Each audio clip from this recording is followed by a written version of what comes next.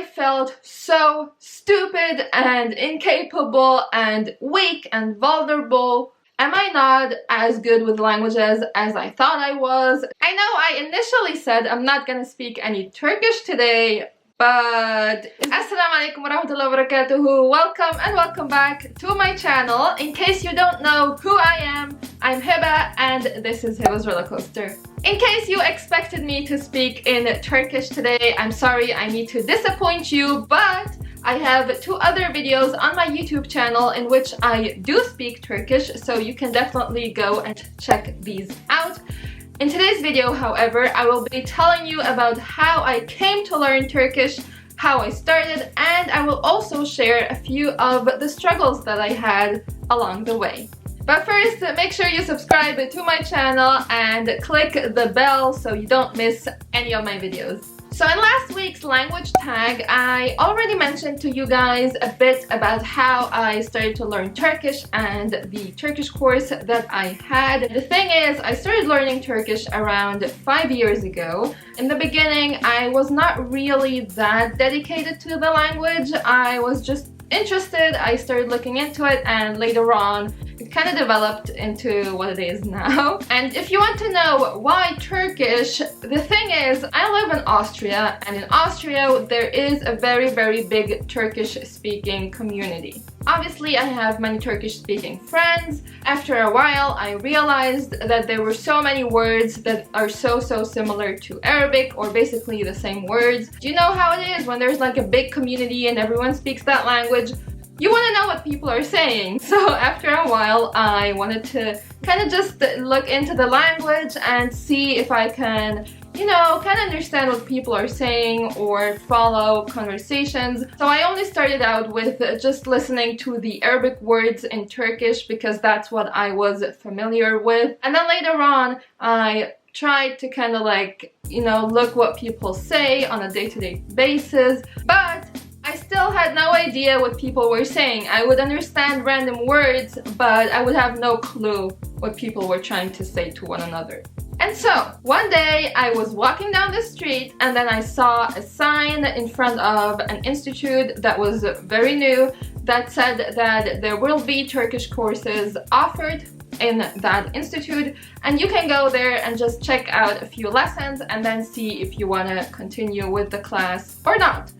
So I thought, why not? And actually there is a friend of mine who's also Arabic speaking, who was also interested in Turkish, and I asked her if she wanted to join me. Initially she said yes, but then when the day came and we had to go to that Turkish lesson, she didn't have the time, she didn't come with me, but I was like, you know what, I'm still gonna go. I'm still gonna go check it out. So because that institute and this Turkish course was so new, you had the possibility to just sign up for a few lessons for free, and then you can decide if you want to continue with the whole Turkish course or not. So that's what I did. I went there, I sat in there for the first lesson, and guys, I felt so stupid and incapable and weak and vulnerable. Why? Because it was a beginner's class, but everybody in that class was able to say at least something, like introduce themselves or say something about their life or their friends.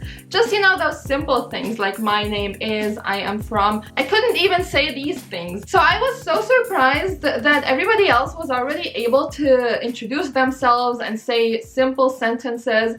And that really frustrated me. Also, back then, my teacher had just arrived in Austria, so he could not speak a word of German. So he was only speaking to us in Turkish, which now, speaking from a language teacher perspective, is actually a very good thing. But back then, I was just feeling so frustrated because everybody else was understanding him at least a little bit, but I had no clue what he was saying. And I'm sharing all of that with you guys because I want you to realize how difficult it can sometimes be to start learning a new language, because there will be moments where you feel frustrated and vulnerable and weak. That was what I was feeling after these first few lessons, because I felt like I was just so incapable and just couldn't speak compared to everybody else. And the crazy thing is, even though the teacher was super nice and he was very good at what he was doing, it was not helping. And I think that's also a very important lesson, that as a teacher you could be doing everything right, but still, when your student does not have the motivation, sometimes even that is not enough.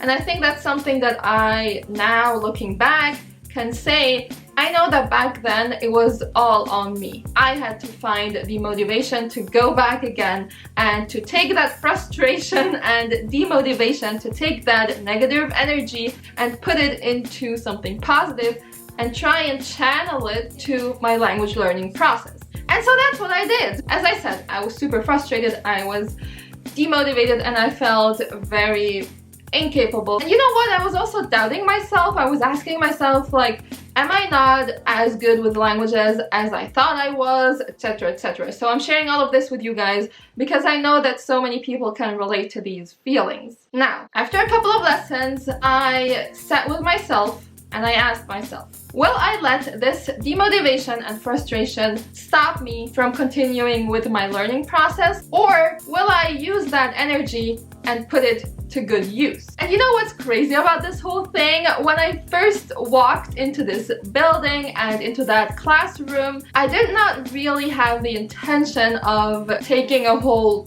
Turkish course. Like, I did not really think about that beforehand. I was just trying to be open to this new opportunity and to this new language. But then, because I went there and I saw that everybody else was just much better than I was, I felt so frustrated that I got so stubborn and I just said, you know what, I'm gonna learn this language and I'm gonna know it better than everybody else in the end. So as you can see, I'm a stubborn person. I'm pretty competitive. Not in the negative sense though. Like, I'm not trying to harm anybody else. I just wanted to take that frustration and turn it into motivation and see the others as motivation for myself to improve myself and try and work on my language skills. And so I continued to go to that course, and for the first 1.5 months, I did not understand anything. Guys, you have to imagine I'm sitting in that classroom, people are talking all around me, and I have no clue what's happening.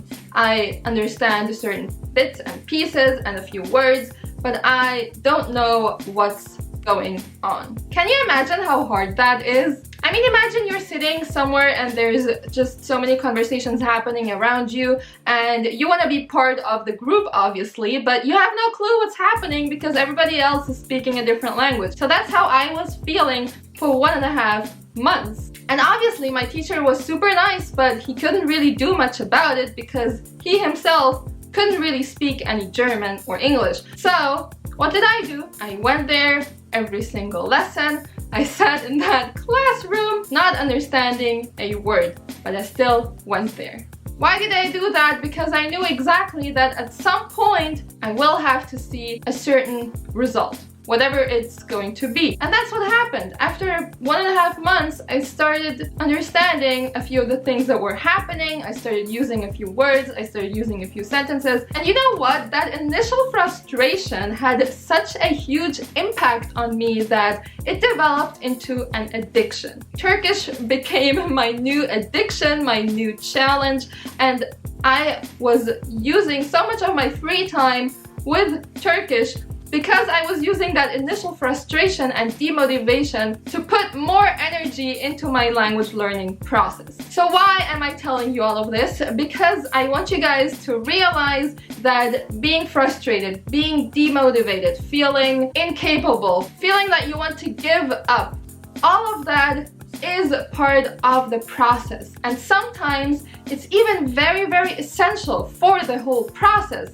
That's what happened with me. I think if I hadn't been that frustrated at the beginning of my whole Turkish learning process, I wouldn't have continued learning Turkish. But because I got so stubborn and I really wanted to improve my Turkish, I did not give up. And I continued, and I took that frustration and turned it into something positive and something that was pushing me to learn Turkish, to improve my Turkish. So if you can take something away from today's video, I hope it is this. Feeling frustrated, feeling demotivated, feeling discouraged, or feeling like you want to give up, all of those feelings are super normal. We all experience them. It is also up to us what we do with these feelings. It's important we acknowledge that they are part of our learning process. It's important to acknowledge that they are normal and sometimes even very, very useful and important. Sometimes you just need a break, you need a cup of coffee or tea, but then go back, try again, and after a while you will see the results. Even if it means that you will be sitting in a classroom with a couple of people talking around you and you have no clue what's happening because you don't understand a word. You know what? Now I can say I can speak Turkish fluently, so that's the result. Again, if you want to check out my Turkish, I have 2 videos on my YouTube channel in which I do actually speak Turkish, and I will be doing a video completely in Turkish as well. So make sure you subscribe to my channel so you don't miss that video. I know I initially said I'm not gonna speak any Turkish today, but izlediğiniz için çok teşekkür ederim. Kendinize iyi bakın. Haftaya inşallah yine görüşürüz. Güle güle ve selamün aleyküm.